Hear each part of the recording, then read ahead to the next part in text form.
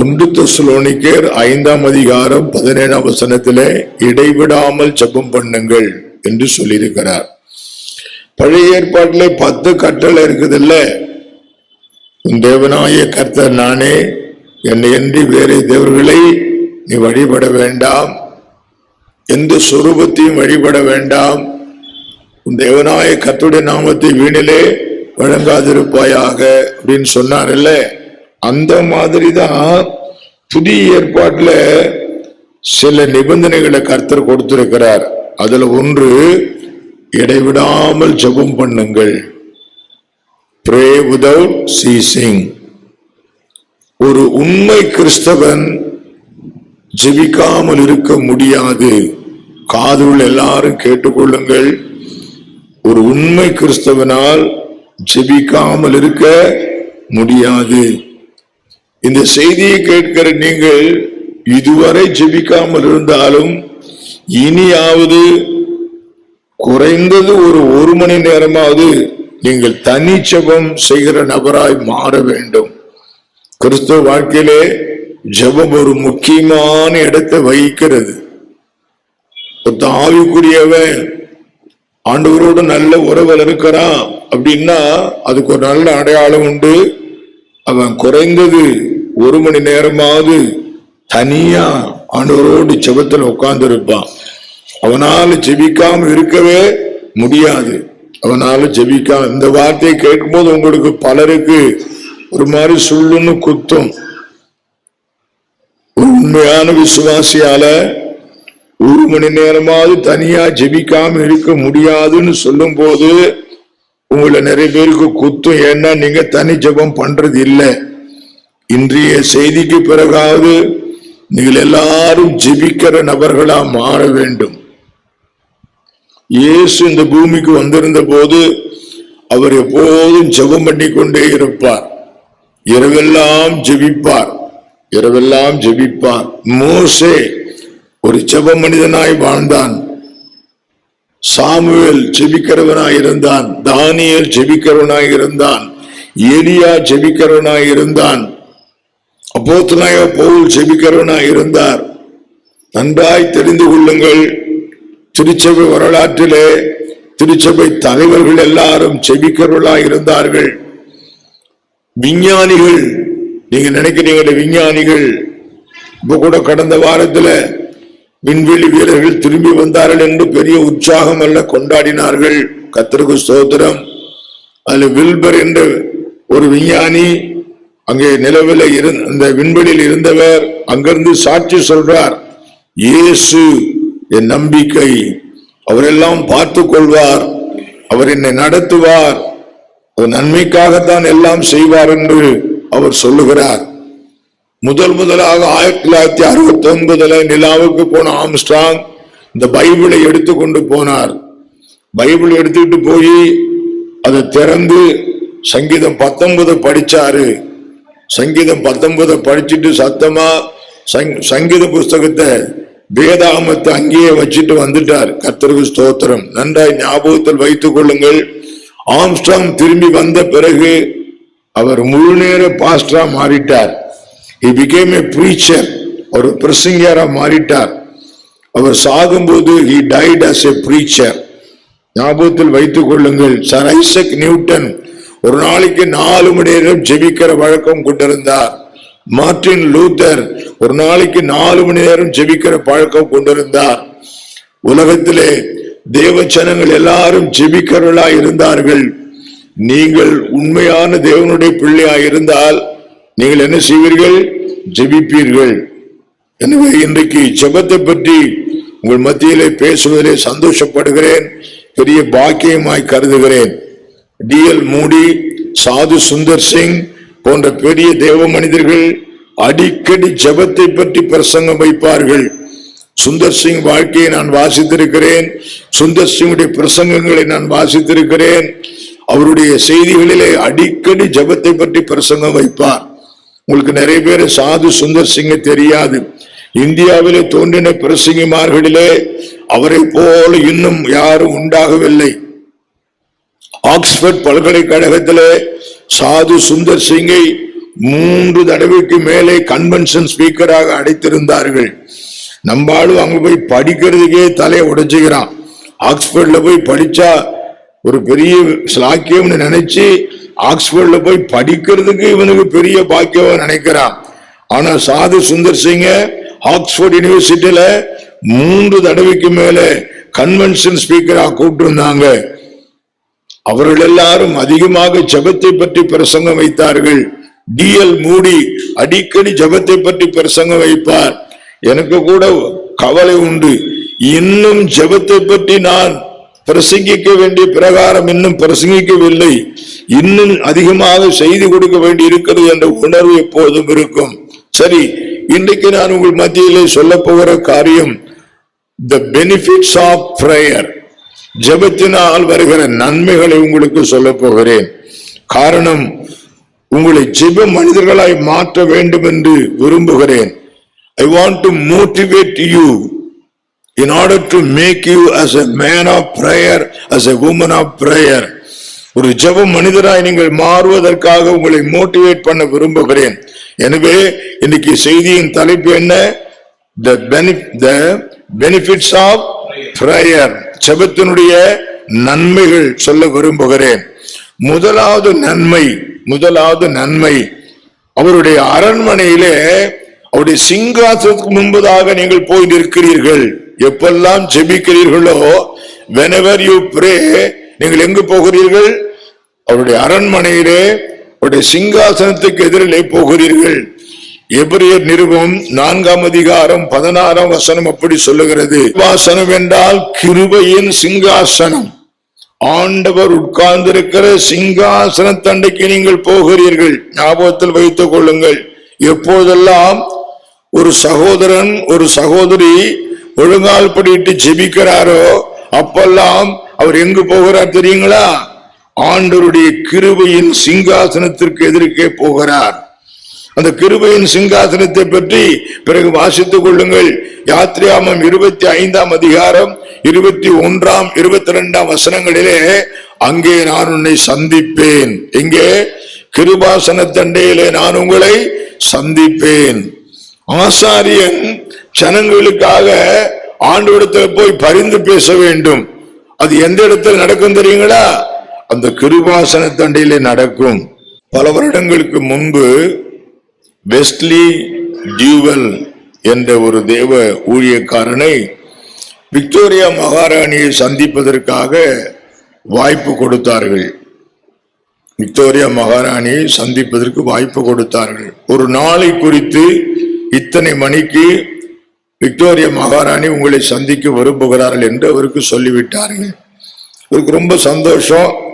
Victoria மகாராணியை பார்க்க போறோம், சபைக்கு ஊழியத்துக்கு நம்ம நாட்டுக்கு எது வேணும்னா அந்த அம்மாட்ட என்ன பண்ணிட்டு வந்துடலாம், சொல்லிட்டு வந்துடலாம் என்று சொல்லி ரொம்ப உற்சாகமா இருந்தார்.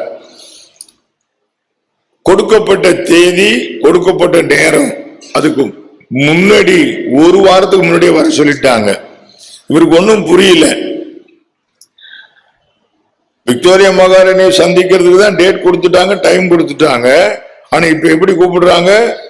ஒரு வாரத்துக்கு முன்னாடியே கூப்பிட்டுட்டாங்க. சரி போயிடுவோன்னு போயிட்டாரு.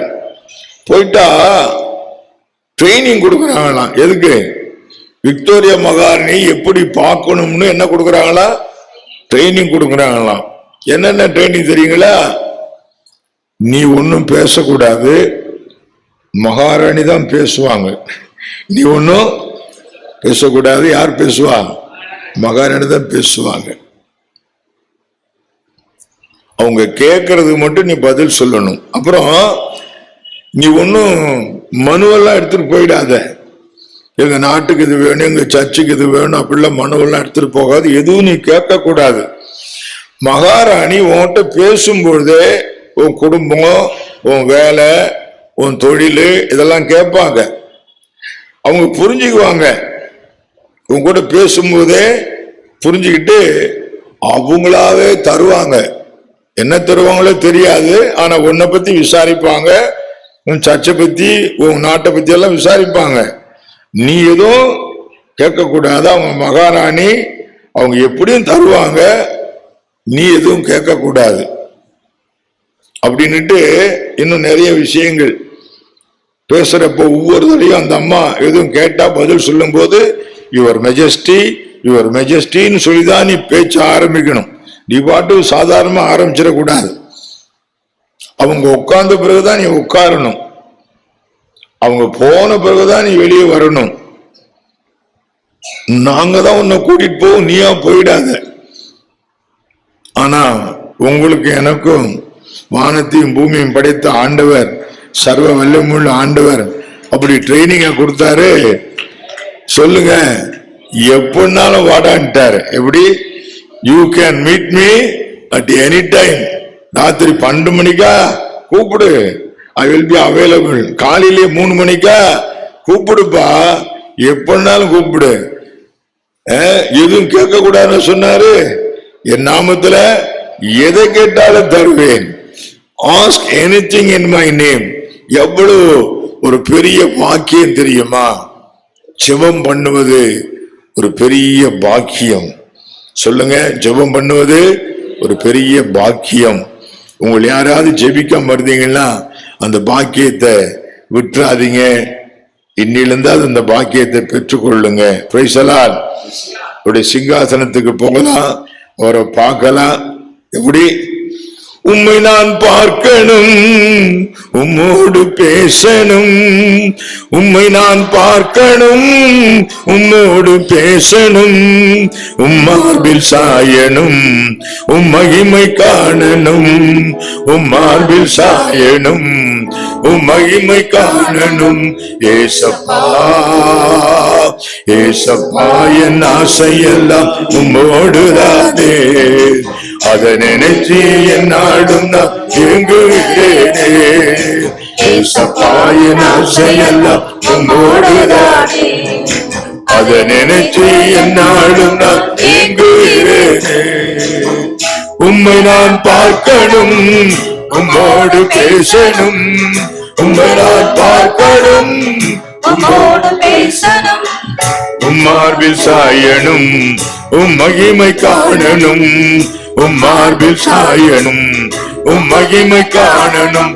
ஏசப்பா ஏசப்பா, என் ஆசையெல்லாம் உம்மோடுதானே. அதை நினைத்து என்னாலும் ஏங்குகிறேன். ஏசப்பா, என் ஆசையெல்லாம் உம்மோடுதானே.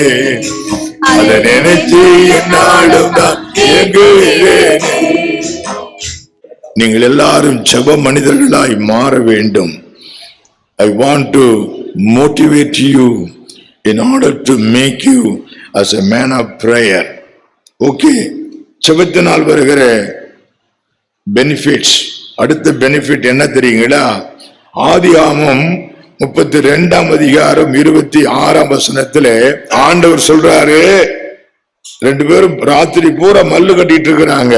யார் யாரு? தேவனும் யாக்கோபும். இரவு முழுவதும் சந்திப்பு நடக்குது. அந்த சந்திப்புல கடைசியா ஆண்டவர் சொல்றாரு, சரிப்பா நான் கிளம்புறேன்றார். இவன் சொல்றான், என்னை ஆசீர்வதித்தால் ஒழிய உம்மை போக விட மாட்டேன். There is an immense blessing in prayer. யாரெல்லாம் ஜெபிக்கிறாங்களோ அவங்களை தேவன் ஆசீர்வதிப்பார். நல்லா கவனமா கேட்டுங்க. All those who pray will receive God's immense blessings. What is immense blessing? விவரிக்க முடியாத, சொல்ல முடியாத அளவு கடந்த ஆசீர்வாதங்களை பெற்றுக் கொள்ளலாம். இனி கூட நீங்க உங்க ஜெபத்துல சொல்லுங்க, பயப்படாம, ஆண்டவரே என்னை ஆசீர்வதியும். யாபேஸ் என்ற ஒரு மனிதன் இருந்தான். 1 நாளாகமம் 4ஆம் அதிகாரம் 10ஆம் வசனத்திலே அவன் ஜெபிக்கிறான். ஆண்டவர் ஆசீர்வாதத்தின இடம் பத்தாது போயிடும். அதனால என்ன சொல்றா? என்ன ஆசீர்வதிங்க, அப்புறம் என் வீடு பத்தாது, பெருசா தாங்க, என் எல்லையை பெருசாக்குங்க. ஆசீர்வாதத்தை யாரும் எடுத்துட்டு போயிடக்கூடாது, அதை பாதுகாக்கணும். கரை என்னோடு இருக்கணும். அப்புறம் தீங்கு வந்தாலும் இந்த ஆசீர்வாதம் போயிடும். அதனால தீங்கு வரக்கூடாது. எவ்வளவு நுணுக்கமா ஜெபிக்கிறான் பாருங்களேன். how sincerely, promptly. Sincere ஜெபம் வேற, ப்ராம்ப்டா ஜெபம் பண்றது வேற. He was not only praying sincerely, but also he is praying promptly. அவன் சின்சியரா மாத்திரம் ஜெபிக்கல, எப்படியும் கூட ஜெபிக்கிறான், ப்ராம்ப்டாவும் ஜெபிக்கிறான். என்ன சொல்றான்? என்னை ஆசீர்வதியும். ஆசீர்வதிச்சுட்டா என்ன நடக்கும்? இடம் பத்தாது. எனவே என்ன பண்ணுங்க, என் எல்லையே பெரிதாக்கும். அப்புறம் உமது கரம், ஏன் இது யாராவது எடுத்துட்டு போயிடக்கூடாது. நல்லா கவனிங்களேன், ஜெபிக்கிற மக்களுக்கு ஆண்டவர் ஆசீர்வாதம் தருவார். God will bless those who pray. ஞாபகம் வச்சுங்க, God will bless those who pray. யாரெல்லாம் ஜெபிக்கிறாங்களோ அவங்கள தேவன் என்ன பண்ணுவாரு? இன்னும் எழுந்து ஜெபிக்க ஆரம்பிங்க. ஜெபிச்சுட்டு சொல்லுங்க, இயேசுவே என்னை ஆசீர்வதியும். அவர் ஆசீர்வதிக்கிற தேவன். ஆதியாகமத்திலே மனிதனை படைத்த பொழுது முதலாக மனிதனை பார்த்து செய்த வேலை என்ன தெரியுங்களா? ஆசீர்வதித்தார். தேவன் அவர்களை ஆசீர்வதித்தார். நீங்கள் பலுகி பெருகி பூமி நிரப்பி அதை கீழ்ப்படுத்தி அதை ஆண்டு கொள்ளுங்கள் என்று சொல்லி தேவன் அவர்களை ஆசீர்வதித்தார்.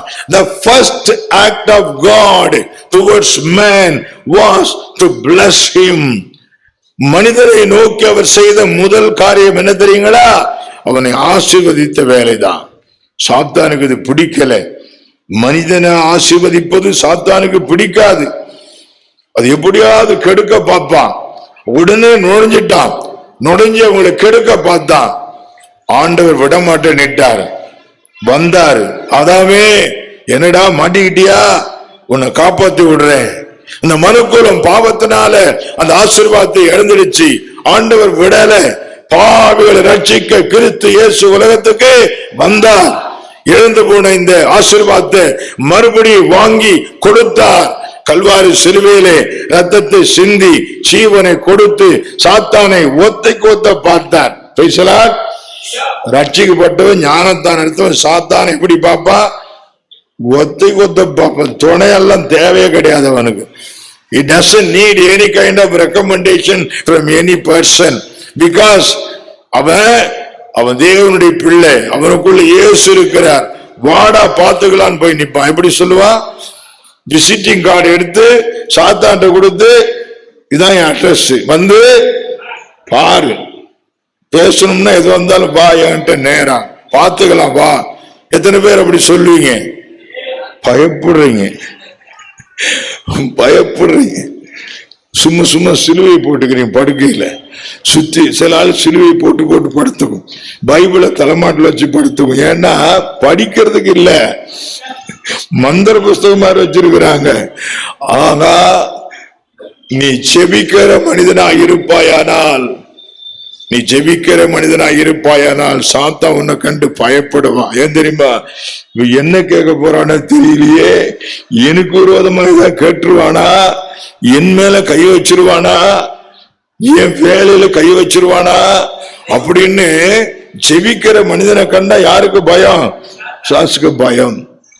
விஷயத்துக்கு வர விரும்புறேன். ஜெபிக்கிற மக்களை தேவன் ஆசீர்வதிக்கிறார். அடுத்தபடியா பார்க்கலாம். மத்தேயு 17:21 சொல்றாரு, ஒரு மனிதன் தன் பையனுக்கு பிசாசு பிடிச்சிருந்தது. அவன் ஆண்டவர்கிட்ட கூட்டிட்டு வந்தான். அந்நேரம் பார்த்து ஆண்டவர் மலை மேல ஜெபத்துக்கு போயிட்டார். சீக்கிரம் மட்டும் இருந்தாங்க. இவன் நினைச்சான் இந்த சீக்கிரத்துல கொடுத்து பார்ப்போம் இவங்க ஏதாவது செய்வாங்களான்னு. இந்த சீக்கிரத்தால ஓட்ட முடியல. பிறகு இயேசுகிட்ட போய் கேட்கறாங்க, அந்த பிசாசு எங்களால ஓட்ட முடியல ஏன்னு கேட்கறாங்க. அப்பதான் பதில் சொல்றாரு, சில பிசாசு ஜெபிச்சாதான் ஓடும், ஜெபிக்கிறவங்க தான் பிசாசு ஓட்ட முடியும். ஞாபகம் வச்சுங்க. பிசாசு உங்க எல்லையில வரக்கூடாதுன்னா இன்னிலிருந்து ஒரு மணி நேரத்தை இப்பயே மைண்டுக்குள்ள ஒதுக்கி ஜெபிக்க ஆரம்பிங்க. பிசாசு உங்க எல்லையில வரமாட்டான். ஸ்மித் விகில்ஸ்வத்தை பத்தி நானும் பல தடவை சொல்லியிருக்கிறேன். பாஸ்டர் குமார் அடிக்கடி சொல்லியிருக்கிறார். ஸ்மித் விகில்ஸ்வத் ஒரு நாள் ராத்திரி வீட்டுல படுத்திருந்தார். லைட் எல்லாம் ஆஃப் பண்ணிட்டு பெட்ரூம்ல படுத்திருந்தார். ராத்திரி ஒரு 12-1 மணி இருக்கும். ஏதோ சத்தம் கேட்டுச்சு ரூமுக்குள்ள. தூங்குனவர் ஏந்திரிச்சு என்னடா சத்தம் கேக்குதுன்னு லைட்டை போட்டார். லைட்டை போட்டா வேற யாரும் இல்ல, சாத்தானே வந்து அங்க என்னமோ பண்ணிட்டு இருந்தான், நடந்துகிட்டு இருந்தான். இவரு லைட்டை போட்டு இவனை பார்த்துட்டு, அட நீதானா நான் யாரோன்னு நினைச்சேன்னுட்டு லைட் ஆஃப் பண்ணிட்டு மறுபடியும் படுத்துக்கிட்டாரு. அவனுக்கு அவமானம் தாங்கல, வெக்கம் தாங்கல, ஓடியே போயிட்டான். உங்களுக்கு விளங்குதா நான் சொன்னது? அவன் என்ன எதிர்பார்த்தான், இவரை கண்ட உடனே பிகில் சொத்து பயப்படுவாரு, இயேசுவின் ரத்தம், இயேசுவின் ரத்தம், இயேசுவின் நாமத்துல போ, அல்லேலூயா, எப்படி இங்க வரலாம், அச்சா போச்சா ஜெபம் பண்ணுவாருன்னு பார்த்தான். இவர் என்ன சொல்லிட்டார் தெரியுங்களா? அட நீதானே நான் யாரோ நினைச்சிருந்தாண்டு லைட் ஆஃப் பண்ணிட்டு படுத்துக்கிட்டாருங்க. அவனுக்கு அதுல வந்துச்சு பாருங்க அவமானம். இவன் என்னடா நம்மள இப்படி அவமானப்படுத்திட்டானேன்னுட்டு அது உட்பாடு வரவே இல்லையா? ஏன் உங்க எல்லையில பிசாசு வரக்கூடாதுன்னா நீங்க இன்னிலிருந்து என்ன பண்ணணும்? ஜெபிக்கிற நபரா மாறுங்க. உங்க வாழ்க்கையை அவன் தொட முடியாது, உங்க எல்லையில வர முடியாது. ஜெபம் பண்ணா தைரியம் வரும். இன்னைக்கு ஒழுங்கா ஜெபத்தை பண்ணிடு, ஒழுங்கா என்னத்தை பண்ணிடு? ஜெபத்தை பண்ணிடு. அடுத்த விஷயத்துக்கு போகலாம். அப்போஸ்தலர் நடபடிகள் 12ஆம் அதிகாரம் 5ஆம் வசனத்திலிருந்து 11ஆம் வசனம் வரைக்கும் ஒரு நிகழ்ச்சி உண்டு. பேதுருக்கு இவங்க ஜெபம் பண்ணா அங்க யார் போறா? தூதர்கள் போறாங்க. when you pray angels of God will minister to you. தேவ தூதர்கள் உனக்கு வந்து ஊழியம் பார்ப்பாங்க. ஞாபகம் வச்சுங்க, நீ ஜெபம் பண்ணும்போது உனக்கு பதில் கொடுக்க யாரு ஆண்டவர் அனுப்பி வைக்கிறாரு? தூதர்களை தேவன் அனுப்பி வைப்பாரு. தானியேல் 9:21 தானியேல் ஜெபம் பண்றான். தானியேல் ஜெபம் பண்ணும்போது யார் வராங்க? காபிரியேல் தூதன். 9:21 தானியேல் ஜெபம் பண்ணி கொண்டிருக்கும் போது காபிரியேல் தூதன் வருகிறான். லூக்கா சுவிசேஷத்திலே வாசிக்கிறோம் 22ஆம் அதிகாரம் 42-43 வசனங்களிலே அவர் இயேசு ஜெபம் பண்ணுகிறார். அவர் ஜெபம் பண்ண உடனே என்ன நடக்குது? 43ஆம் வசனத்துல தூதன் தோன்றி அவரை பலப்படுத்தினான். யாரெல்லாம் ஜெபிக்கிறார்களோ தூதர்கள் வந்து உதவி செய்வார்கள். Whenever a person begins to pray, the angel of the Lord will come to help him. யாருக்கெல்லாம் அந்த அனுபவம் வேணும்னு நினைக்கிறீங்க இருந்து ஜெபிச்சு பாருங்க. உங்களுக்கு சொல்ல மாட்டாங்க, அவங்களா வேலை பார்ப்பாங்க, அவங்களா வேலை பார்ப்பாங்க. சபையார் பேதுருக்கு ஜெபிச்சாங்களா? தேவதூதன் ஜெபிக்கிற இடத்துல வந்து சரிப்பா உங்க ஜெபத்தை கேட்டேன், நான் போயிட்டு பேதுரு விடுதலை பண்ணு சொல்லிட்டா போனா, இவங்க பாட்டு ஜெபிக்கிறாங்க, ஜெபிச்சுட்டே இருக்கிறாங்க. தூதன் போய் அங்க போய் என்ன பண்ணிட்டான்? பேதுரு அவுத்து வெளியே கொண்டாந்து விட்டுட்டான். பேதுரு வந்து இங்க வாசல்ல நின்னுட்டான். பாத்தீங்களா எத்தனை ஆச்சரியமான காரியம். நீங்க கையை தட்டி பாடுறப்ப உங்க தூதன் சேர்ந்து என்ன பண்றான்? பாடுறான். நீங்க தூங்கிட்டு இருந்தீங்கன்னா அவனுக்கா லவலவான்னு வருத்தம், என்னடா என் ஆளு இப்படி பண்றானே, என்னடா இவன் எப்படிடா எழுப்புறது அப்படி ரொம்ப வருத்தப்படுவான். Praise the Lord. ஜெபம் பண்ணும்போது தூதர்கள் உங்களுக்கு உதவிக்கு வராங்க. ஜெபம் பண்ணும்போது அக்கினி இறங்கும். 2 நாளாகமம் 7ஆம் அதிகாரம் 1 வசனத்துல சாலமோன் ஜெபம் பண்ணி முடித்த உடனே அக்கினி மேலந்து இறங்கிச்சான். ஜெபம் பண்ண அக்கினி இறங்கும். பரிசுத்த ஆவியின் அக்கினி, எழுப்புதலின் அக்கினி. சொல்லுங்க, உலகத்தில் உள்ள எல்லா செயல்களும் நெருப்புலதான் இயங்குது. கவனமா கேட்டுங்க. இந்த லைட் எரியுதுன்னா அது நெருப்புலதான் இயங்குது. ஞாபகம் வச்சுங்க. இந்த ஜெனரேட்டர் ஓடுதுன்னா அது நெருப்புலதான் ஓடுது. பிளேன் ஓடுதுன்னா நெருப்புலதான் ஓடுது. ராக்கெட் பறக்குதுன்னா அது நெருப்புலதான் பறக்குது. ட்ரெயின் ஓடுதா? தேஜஸ் ட்ரெயினா, வந்தே பாரதா, ராக் போட்டா, எந்த ரயிலா இருந்தாலும் அது எதுலதான் ஓடுது? நெருப்புலதான் ஓடுது. மனிதனுடைய வாழ்க்கையிலே அக்கினி அவசியம். ஆவிக்குரிய வாழ்க்கையிலே பரிசுத்த ஆவியின் அக்கினி மிகவும் அவசியம். கிறிஸ்தவ வாழ்க்கை நல்லா ஓடணுமா, பறக்கணுமா, சொல்லுங்க, என்ன வேணும்? பரிசுத்தாவியின் அக்கினி. எப்ப வராது? நீ ஜெபம் பண்ணும் போது என்ன வரும்? அக்கினி இறங்கும். எலியா ஜெபம் பண்ணி முடிச்ச உடனே என்ன வந்தது? அக்கினி இறங்கியது. 1 ராஜாக்கள் 18 வாசிக்கிறோம். அப்போதுல 2:1 முதல் 4 அவர்கள் ஜெபம் பண்ணின போது, ஆமா, பலத்து சடுதியிலே பலத்த காற்று அடிக்கிற முழக்கம் போல ஒரு முழக்கம் உண்டாகி அவள் உட்கார்ந்து இந்த வீடு முழுவதையும் நிரப்பிற்று. அவள் எல்லாரும் பரிசுத்தாவினால் நிரப்பப்பட்டு ஆவியானவர் தங்களுக்கு தந்துள்ள வெவ்வேறு வரங்களின்படியே பாஷைகளில் பேச தொடங்கினார்கள்.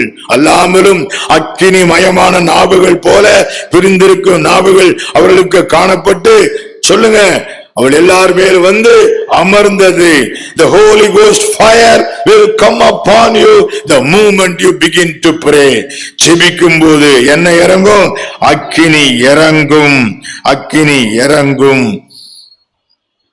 1 யோவான் 2:1 வாசிக்கலாம். இயேசு பரிந்து பேசுக ஜெபம் பண்றார், இன்டர்செசர் வேலை பண்றார். ரோமர் 8:26 ஆவியானவர் நமக்காக பரிந்து பேசுகிறார். இயேசு ஜெபிக்கிறாரு, அப்புறம் யாரு ஜெபிக்கிறார்? ரோமர் 8:26 ஆவியானவர் ஜெபிக்கிறாரு. நீங்களும் ஜெபிக்கிறீங்க. நீங்க என்னவா மாறீங்க தெரியுங்களா? இயேசுவோடு பிரேயர் பார்ட்னரா மாறிடுறீங்க. எவ்வளவு ஆச்சரியம் தெரியுங்களா? யாரெல்லாம் ஜெபிக்கிறார்களோ அவர்கள் இயேசுவோடு என்னவாக மாறுகிறார்கள்? Prayer partner. அந்த வார்த்தையை சொல்லுங்க, பிரேயர் பார்ட்னர். யாரோட சேர்ந்து? இயேசு ஜெபிக்கிறார், ஆவியானவர் ஜெபிக்கிறார், உங்கள் போதகர் ஜெபிக்கிறார், பரிசுத்தவான்கள் ஜெபிக்கிறார்கள். நீங்களும் ஜெபிக்கும் போது நீங்கள் யாரா மாறிடுறீங்க? அவங்களோடு சேர்ந்து யாரா மாறுறீங்க? Prayer partner. ஹல்லேலூயா. ஒரு ஊழியருக்கா ஜெபிக்கிறீங்க, உங்களை அறியாமலே அவருக்கு ஹெல்ப் பண்றீங்க. டாக்டர் பில்லி கிரஹாமுக்கா ஜெபிக்கிறீங்க, உங்களை அறியாம அந்த ஊழியத்தில் சேர்ந்துக்கிறீங்க. சகோதரன் தினகரனுக்கா ஜெபிக்கிறீங்க, அவர் ஊழியத்தில் சேர்ந்துக்கிறீங்க. இந்த சபைக்காக நிறைய பேர் ஜெபிக்கிறீங்க, எனக்காக நிறைய பேர் பாஸ்டருக்காக ஜெபிக்கிறீங்க. எங்களோட நீங்க யாரா மாறுறீங்க? சொல்ல மாட்டீங்க. Prayer partner. சபையில யாரெல்லாம் ஜெபிக்கிறாங்களோ அவங்க எல்லாம் இயேசுவோடு கூட பரிசுத்த ஆவியானவரோடு கூட யாரா மாறுறாங்க? ஜெப பங்காளர்கள், பிரேயர் பார்ட்னர். எத்தனை பேருக்கு ஆசை சொல்லுங்க, இன்னிலிருந்து நானும் யாரா மாறுவேன்? இயேசுவோடு பிரேயர் பார்ட்னரா. எத்தனை பேருக்கு சந்தோஷம்? சரி, முக்கியமான விஷயம், வெளிப்படுத்தின விசேஷம் 8:3 சகல பரிசுத்தவான்களுடைய ஜெபம் எல்லாம் பரலோகத்துல ஆண்டவர் ஒரு பவல்னா தெரியலையா? கிச்சன்ல வச்சிருப்பீங்களே அந்த பெரிய பவல் எடுத்துக்கிட்டு வா, அந்த அண்டாவை எடுத்துட்டு வான்றீங்களா, அந்த மாதிரி பரலோகத்துல நீங்களும் நானும் செய்கிற ஜெபத்தெல்லாம் ஆண்டவர் என்ன பண்ணி வச்சுக்கிறாராம்? சேர்த்து வச்சிருக்கிறாராம். எந்த விதத்திலாவது அதை பயன்படுத்துவார். நித்தியமான மூலதனம், இட்டர்னல் இன்வெஸ்ட்மெண்ட். சொல்லுங்க, நீங்க கோல்டுல இன்வெஸ்ட் பண்றீங்க, லேண்டில் இன்வெஸ்ட் பண்றீங்க, வீட்டில் இன்வெஸ்ட் பண்றீங்க. ஆனா மரணத்துக்கு பிற்பாடு இது ஒன்னும் உங்களோட வரப்போறது இல்ல. ஆனா ஜெபத்துல இன்வெஸ்ட் பண்ணுங்க, அது எவர்லாஸ்டிங் இன்வெஸ்ட்மெண்ட், இட்டர்னல் இன்வெஸ்ட்மெண்ட்.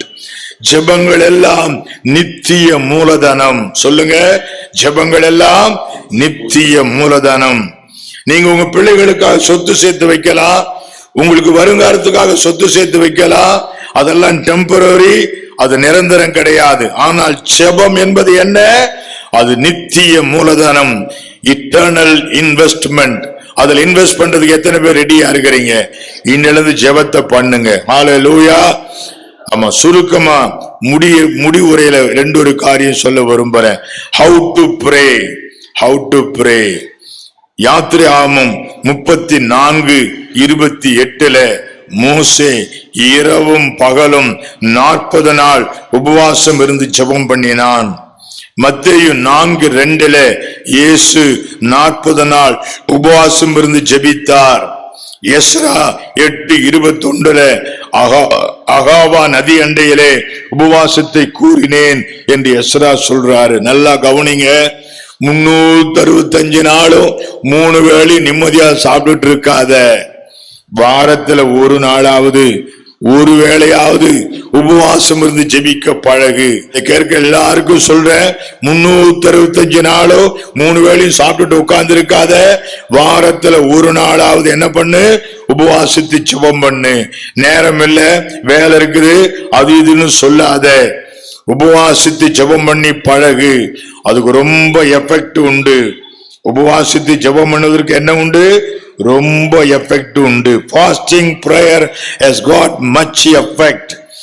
அடுத்தது, இயேசு மத்தேயு 26:41 விழித்திருந்து ஜெபம் பண்ண சொல்றாரு. விழித்திருந்து ராத்திரி நேரத்துல கொஞ்சம் கண் விழிச்சு ஜெபிக்க பழகுங்க. நீங்கள் சோதனைக்கு உட்படாதபடிக்கு எப்படி விழித்திருந்து ஜெபம் பண்ணுங்கள். ஜெபம் பண்ணுவீங்களா? எப்படி ஜெபிக்கணும்? விழித்திருந்து ஜெபிக்கணும். விழித்திருந்து ஜெபிக்கணும். பல தடவை நான் ட்ரை பண்ணிருக்கிறேன். ஆன்லைன் பிரேயர்ல எல்லாம் சேர்ந்து பாட்டை பாடி கையை தட்டி காபி டீ எல்லாம் குடிச்சு ஒரு பிரசங்கம் பண்ணி, நேற்று கூட ஆன்லைன் பிரேயர் நடந்தது. அந்த பிரசங்கர் ரொம்ப முயற்சி எடுக்கிறாரு. ஜனங்களை தூங்காத பாத்துக்கிறதுக்கு அப்பப்ப ஜோக் அடிக்கிறாரு, கையை தட்ட சொல்றாரு, ஒரு பாட்டை பாடுறாரு, எழுந்திரிச்சு இப்படி கையை ஆட்ட சொல்றாரு. இதெல்லாம் எதுக்கு தெரியுங்களா? சொல்லுங்க. தூங்காம பாத்துக்குது. நான் அப்பதான் நினைச்சேன், சகோதரன் தினகரனை கூப்பிட்டு வந்தா இந்த ஆன்லைன் பிரேயருக்கு இந்த வேலை எல்லாம் நடக்காது. அனாயிண்டிங்ல யாரையும் குறை சொல்றத நினைச்சுக்காதீங்க. அனாயிண்டிங்ல இறங்கி அபிஷேகத்துல பேசினா அதெல்லாம் உள்ளத்தையும் அப்படியே இழுத்து கொண்டு வந்துடும். கையை தட்டு ஏஞ்சி நில்லு, இப்படி ஆடு, இப்படி ஆடு, டான்ஸ் போடு, இதெல்லாம் தேவையே கிடையாது. கர்த்தருக்கு ஸ்தோத்திரம். ஆத்துமா விழிச்சிருந்தா எப்படி தூக்கம் வரும்? அப்போஸ்தலர் 2:42 அவர்கள் அனுதினமும் ஜெபித்தார்கள். They prayed daily. தினந்தோறும் ஜெபித்தார்கள். 1 சாமுவேல் 1:10 அன்னாள் மிகவும் அழுது கர்த்தரை நோக்கி விண்ணப்பம் அழுது ஜெபம் பண்ணுங்கள். போதும், இதோடு போதும். எத்தனையோ சொல்லிட்டேன் குறிப்பு. இதுவரை சொன்ன குறிப்புக்காக கீழ்ப்படுவீங்களா? எப்படி எல்லாம் ஜெபிக்கணும்? உபவாசித்து ஜெபம் பண்ணுங்க, அப்புறம் விழித்து ஜெபம் பண்ணுங்க, அப்புறம் சொல்லுங்க. இவ்வளவு தூரம் சொன்ன நீங்களே சொல்லிட்டீங்க பாஸ்டர். நீங்களா அழுது ஜெபம் பண்ணுங்க, அப்புறம் டெய்லி ஜெபம் பண்ணுங்க. பண்ணலாமா? பண்ணுவீங்களா? எல்லாரும் ஜெபிக்கிறீங்களா? மாறலாமா?